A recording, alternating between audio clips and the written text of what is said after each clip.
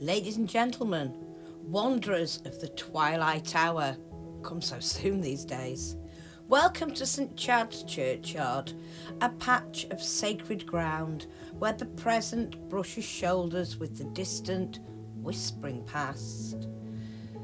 Though the church you see before you was rebuilt in the Victorian era, fine, confident and unmistakably of its time, the soil beneath us remembers far older footsteps.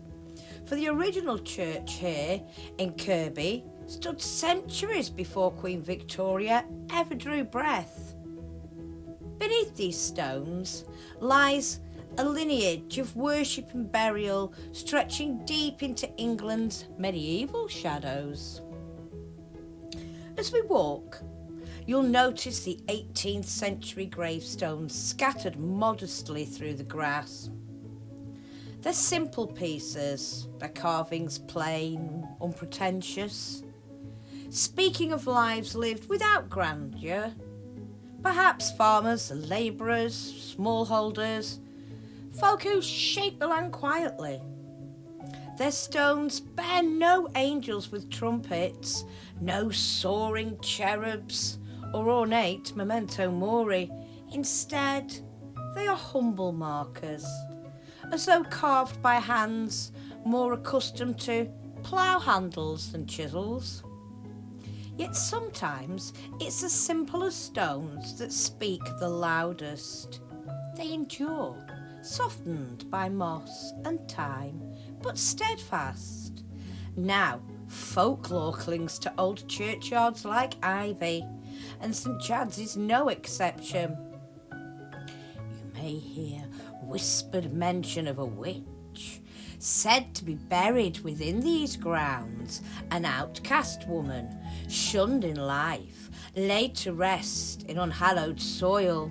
Some versions insist she's still lurking, ready to catch lone children who may wander into the kirkyard.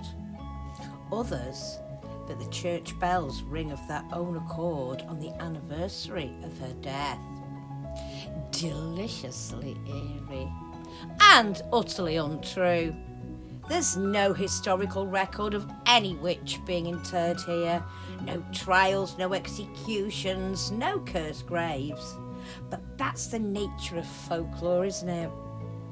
A community sees an odd stone, a lonely burial, a strange sound on a foggy evening, and a tale takes root.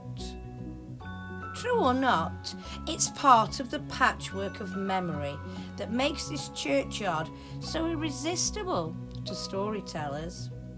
And speaking of irresistible stories, this place has long been associated with the legend of secret tunnels running beneath the church. Some claim they led to ancient monastic buildings, others swear they stretch toward the old manor house.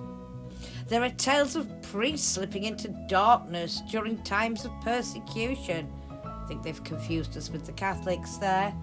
And of hidden chambers carrying the echoes of long forgotten rituals.